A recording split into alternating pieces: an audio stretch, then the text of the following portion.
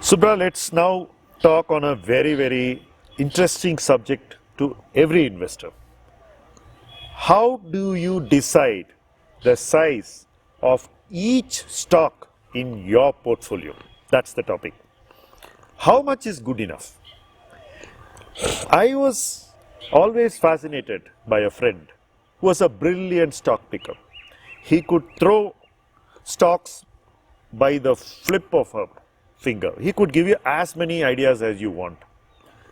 But when I saw what he did in his portfolio, he would say, I bought 50 shares, I bought 100 shares of this, I bought something else of that. And I always saw that his best picks, he always owned less. And in his ordinary or even lower picks, he bought quantity. So he was a brilliant stock picker, but when it came to his portfolio, he always owned more of the wrong stocks and less of the right stocks. And I would always ask him, why does this happen with you? And he would say that I don't think too hard about how much to buy. I spend all my time about finding new stocks. So I find so many new stocks that I get confused and I just buy as I feel. So it's all on impulse. So sometimes I end up buying more shares in a stock simply because the stock price is of a lower value, unit value. It's 20 rupees. So I buy more. And I don't buy more in a stock simply because it is 700 rupees. So even a great stock picker succumbs to the silliest fallacy and does not ensure that his brilliance in ideation reflects in the size of each stock in his portfolio. Now I'd like to hear what you have to say on this. See, largely if you are a individual investor and you are investing in direct equity, you need to understand that various skills are required. One is picking up the right stock. So ideation, you can't just go to Google and say which is the best share to buy. It might throw up an Asian Paints. I'm not even saying it won't throw up, but that may not be the best thing for you to buy. So largely, if you don't know how to construct a portfolio, first of all, you have to understand that portfolio construction is important. Because it's not you're not making a Adobe list of saying, okay, put this. It's not a grocery list. There has to be some logic as to why your portfolio looks like this. If you don't want it too long, you don't want it too small, because a lot of wealth is created in concentrated scripts, right? So, biggest wealth has been created in concentrated scripts. For example, Nazim Premji has created wealth in Wipro, Mukesh Ambani has created his wealth in Reliance. So, obviously, the owner can do a 100% concentrated portfolio, which you and I can't do because something could go wrong somewhere. But even for you, while creating wealth, you may have a very focused small portfolio, but having created the wealth, you reduce the risk by doing a diversification. So you should know at what stage of your life you are while creating the portfolio, and the best thing to do is to pick up the Sensex and make sure that you are looking only at those industries. Some industry on which you have great conviction may not be there in the index. You may not want to take a position there. Somebody who is in casino or something like that, you may not need to take a position when you're creating your own portfolio. You may say, okay, I will hold some shares there, but it may not be part of your core portfolio. So in your core portfolio, you will continue to have the same, like for example, today if you will have software, you will have banking, you will have oil and metals, that will be your portfolio.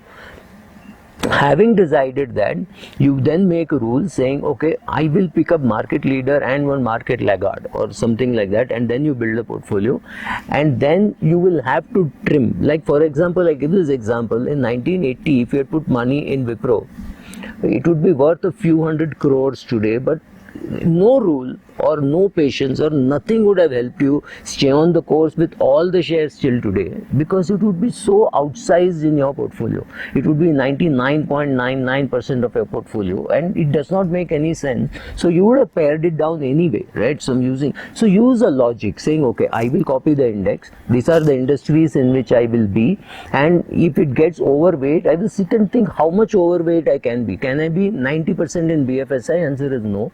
If the index is 23% on BFSI, I could be say 27, 28%. You will have to do this. You will have to make the rules and do it. And To a great extent, portfolio sizing as to how many shares of a particular company to buy is a dynamic concept. Like you bought a share at 20 rupees, you liked it, and the price went to 27. That is not reason to sell. It may be reason to buy more, right? Because of your portfolio sizing, you have more money, so you put more money in the same company. Now, many retail people don't do that. If I tell him the same share at 27 rupees, he'll say, I have 100 shares. Right, but you can build a position with 200, 400, 5,000, 10,000, depending on the total kitty that you have. You inherited some money, so you want to invest that. You have to make these rules, and you have to do portfolio sizing, and somewhere you go by gut. But you don't go by gut for more than 10%. So 25% is BFSI, so you are 25% in BFSI. You still love BFSI, you go to 27, 28, 30%. You can't do 99% BFSI just because you love it. You have to make the rules, you have to stick to some of the rules. Somewhere you will pare down, somewhere you will have more money, you will buy more. It is an art and a science. It is science to the extent that you are copying the index in terms of weightage. Something which is 1% of the index you may completely ignore, or you will say, I will look at 2-3 indices. I will look at the MSCI, I will look at the BSE, I will look at the NSE, and based on that I will come to this weightage. But you can't be very far away.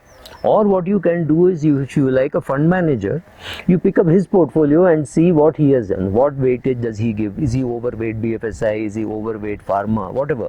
So based on that, you can also influence your portfolio. Sometimes you may disagree with him, but you have to create a portfolio, and for that the rules have to be science. After that, how much of each one to buy more? Should I buy more of Sun Pharma or Lupin? There is an art. It comes from your skill. So science and art. So if you ask me, portfolio creation and portfolio sizing is science and art put together. Only then it happens. I am going to now ask a very specific question. Let's say in 2020 I bought 50% in a stock because I am in my 20s, and I had these 50-year-old fellows who were continuously telling me to buy only one set of stocks, either through books or through Twitter or through YouTube. People who are experienced were saying that, oh, I have this conviction in this one stock. And this is not just one stock. We have 4 or 5 stocks which people own like this. Each one could be owning 50-60% at cost in this one stock.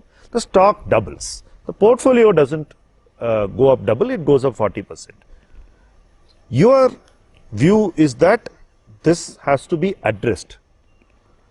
But market view is, don't sell this stock. It's a great stock, right? What is your reaction to that?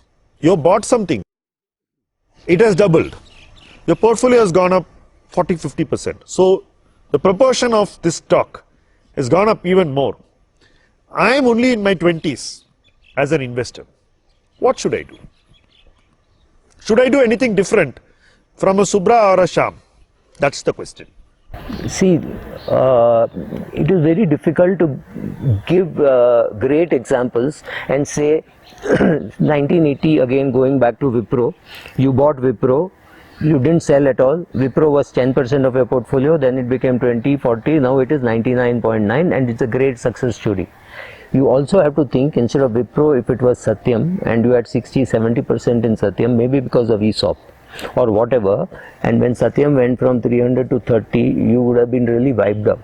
I saw a reaction in my Tamil channel. It said, I bought a share, I went to 1 crore in my portfolio size, and then my party was spoiled by the founder, and this was about years back. So the person who had actually achieved 1 crore slipped and fell so badly, and he had the openness and honesty to say it in a YouTube comment section. It pained me so much to see that.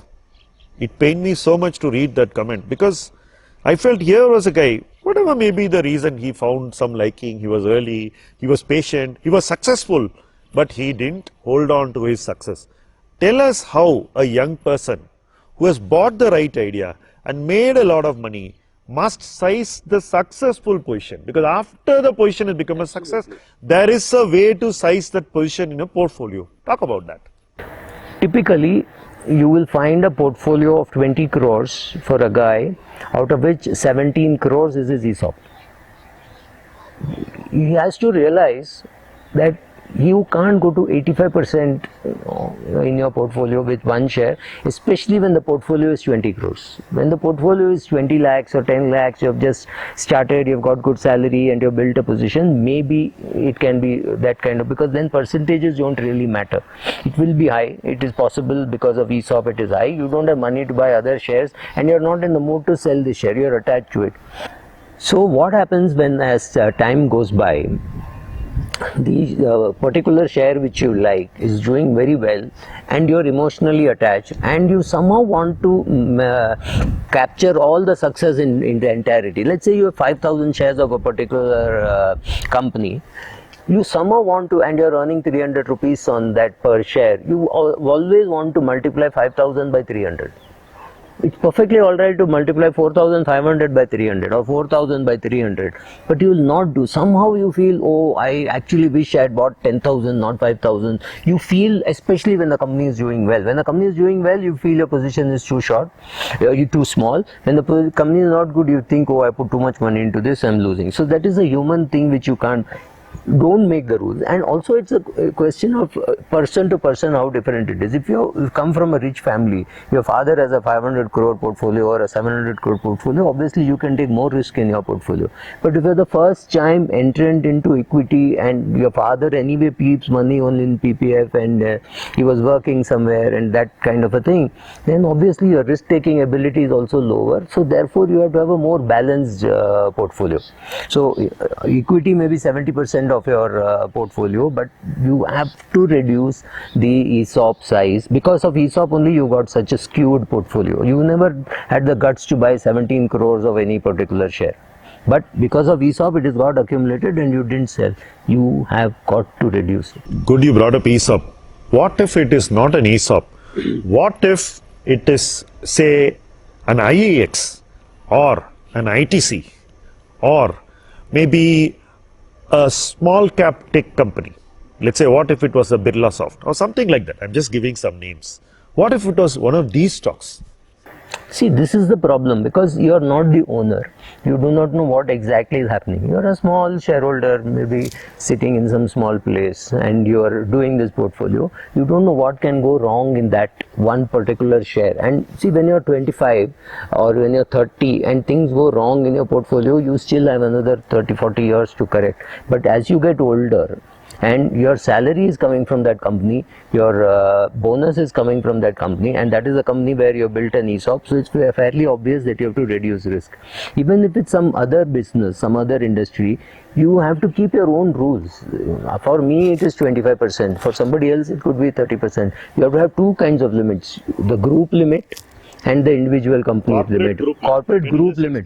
Yeah, so suppose it's Tata Group. Yeah, Tata. Suppose it's because it's Tata Group, you can build up stake in, say, Tata Power, Tata Motors, TCS, and 3-4 other companies, Tata Coffee. You build up a position and you find you're 70-80% in Tata Group. Then you will keep on saying, oh, it's the best group, it is well reputed and all that, but still it is a risk. So you're saying even if it is Tata Group, you must have a limit on that holding. It can't be 70-80%. You can't say I invest only in Tata Group stocks. So saying that I am not investing in all stocks of Adani Group, so I am conservative, and I am investing in all shares of Tata Group, so I am doing the right thing. Both are not right. Both are not right. Whether it is a Tata Group or a Murugappa Group or a Sundaram Group, any group, these are good groups, these are reputed groups. But you can't go to 70-80% of your total portfolio. And here I am talking of your portfolio, your wife's portfolio, your children's portfolio, if you have an HUF, your parents, all of this, take the aggregate. And you can't go to 60-70% in one group. So then you say, oh, I've diversified, but everything is in one group, or I've diversified, but all my companies are based in Bombay. So you have to have geographic distribution, industry distribution, group distribution, all that put together create your portfolio. And after that, portfolio sizing becomes an art, saying, no, I know this, I'm taking this risk, so I've gone up to 20%, but then I'll watch it with a hawk's eye and look at it very carefully, so that at 25, I'll say all my emotions apart, 25 is my upper ceiling, I will not go beyond this. So what do you do when it becomes 26? You take 1% out. You sell. And it becomes, every time it goes up, at some periodicity, you trim. And you trim which one? You trim your winners or you trim your losers? within that group, how do you manage? Suppose I am owning, let me say, give you an example. Let's say I am owning Tata Group shares, because it's very easy to discuss this, because somebody can easily understand. Let's say I am owning Tata Steel, I am owning Tata Tea, which is Tata Global Beverages. I am owning Tata Power, TCS. I am owning TCS, and I am owning Tata Motors. I am owning all five. The only stock I may not own are Tata Chemicals and Elixir. Or let's say I own all seven. What do I do?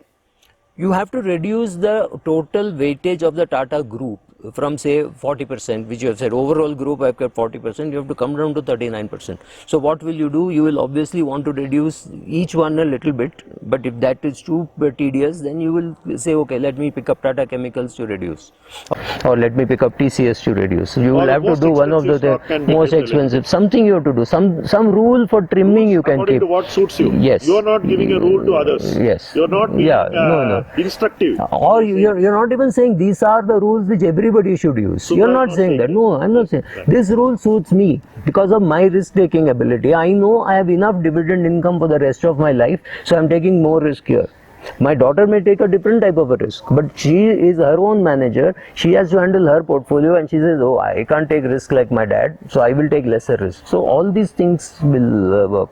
So when somebody does this on his own, he has to have this structure. Correct. Otherwise, he should give it to a professional manager. Absolutely. But this random approach of saying that, oh, I'm going to buy this Twitter handles 2 stocks, that Twitter handles 2 stocks, 3 stocks from this small case portfolio, and 1 or 2 stocks from the small cap PMS, 1 or 2 stocks from the small cap fund which is doing brilliantly, and then doing a kind of a mix and match. Do you think such investing will work, or what are the risks which such guys will go through?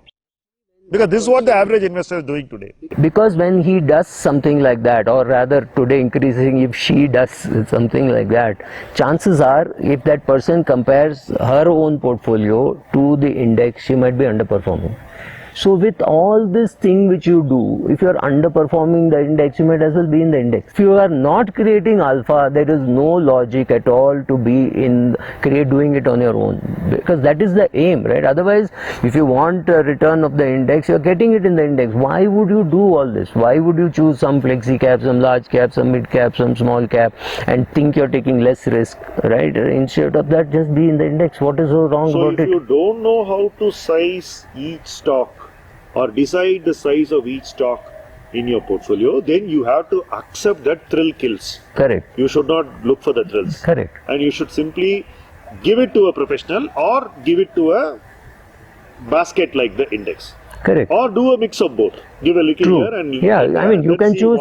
You can choose a good fund manager also, saying some money I will keep in this either through direct, or you have a good advisor, so some you do through regular. Whatever, all those combinations are available. You will have to do a mix and match and create your portfolio. Understand there is lot of science and there is art. While you give it away to somebody, how can you still learn this art of deciding the size of each stock in your portfolio? How can you do an experiment? Tell me how I can do an experiment and learn how to size a position. Tell me what I can do to learn. You can create imaginary portfolios. I know 2-3 young boys and girls who have done that. They create an imaginary portfolio. So I tell them start with 10 lakhs. Create your imaginary portfolio. Some of that you mimic in your real life also. Because in your real life you may not have 10 lakhs to invest. You may have only 1 lakh or 1.5 lakhs to invest. There you do your experiment, but do this, explain the logic. For every buy, there has to be 200-300 word letter or a note as to why you bought, why you sold, why you are. Learn it. See, investing is very interesting, very enjoyable, but done properly. This is like driving, right? I mean, you have to learn properly and then drive. You cannot say, I love driving, so I will not get a license, I'll just drive. You don't do that. You cannot watch F1 and drive your vehicle like a F1 driver. Absolutely. Right? So absolutely. You cannot copy somebody's portfolio and invest like them. Correct. Or copy somebody's tweets and invest like them. You cannot do that. Correct. Or copy a small case and invest like them, because you don't know how they are going to manage. For whom is it? And how they are going to change their sizing. Like you walk into a big industrialist room and you find a very good quality fund house or a research house has created and said, buy this share, right? You come home and you buy the share, right? And you find it is doing nothing over 6-8 months. It doesn't work that way. He is buying it for a completely different reason. He is trying to take over that company. Right? His views on that company are very different. He'll take over the company, maybe he'll take it private. He may do. You can't copy that. It is like me saying, oh, my friend had a heart attack. I copied his prescription. I'm going to take that. Now I won't have an heart attack. Doesn't work that way, because individually you have to create. If you either you want to do it, you want to spend your Saturday, Sundays doing it because you just enjoy it and you have a full-time job. You enjoy doing it, so you learn. Or you say, look, I don't need to do any of this. I will still get my 12% of index return or whatever by just being in the index or being partly in the index or with a fund manager. Why go through it if it's painful? One last question. How do I pace my learning in this process? How do I pace the learning of how to decide the size of a stock in my portfolio? At what pace should I learn? How do I decide that? It's very difficult, because even big fund managers who are good at it tell you it's an art. So somewhere there is guesswork. Somewhere you say, okay, I am expecting so much money to come in over the years, so my portfolio size will increase. Therefore, this being a little oversized, I've gone beyond 25, I've gone to 26, 27. It's still okay. It has gone to 27 because something else has fallen. Because of that also this can go up, not because this price has gone up. So some of those rules you will learn with time. All these can't be made into rules and given saying this rule worked in 1932, this worked in 42, this worked in 82. It can't be put into rules. So you start with rules basically and say, okay, red light means stop, green means go, amber means slow down, right? Those big broad rules remain. Having made those rules, you say, okay, some little bit of variation and things I can do. Here the speed limit is 80, it's okay if I made 82. But where it is 80, you can't be at 120. You'll kill somebody or kill yourself. So know that rules are made for your safety, my safety, road safety, vehicle safety. And within that, some little bit of changes you will do. That's about all. You can't change too dramatically. You cannot travel at 200 kilometers per hour, at least not in Indian roads. So let us close this video on the note that there is science and there is art. Learning the science of how to size each stock in your portfolio is doable in reasonable time, but art is an open-ended learning. Absolutely. And you can't decide how soon you learn it. Sometimes you may be gifted to know that art from earlier or from nature. Otherwise, you have to give yourself time to master the science, and as you master the science, the art may open Absolutely. up to you. Perfect. Very Thank well you very said. much, Subra, for this wonderful discussion. Very well said. Thanks. Bye.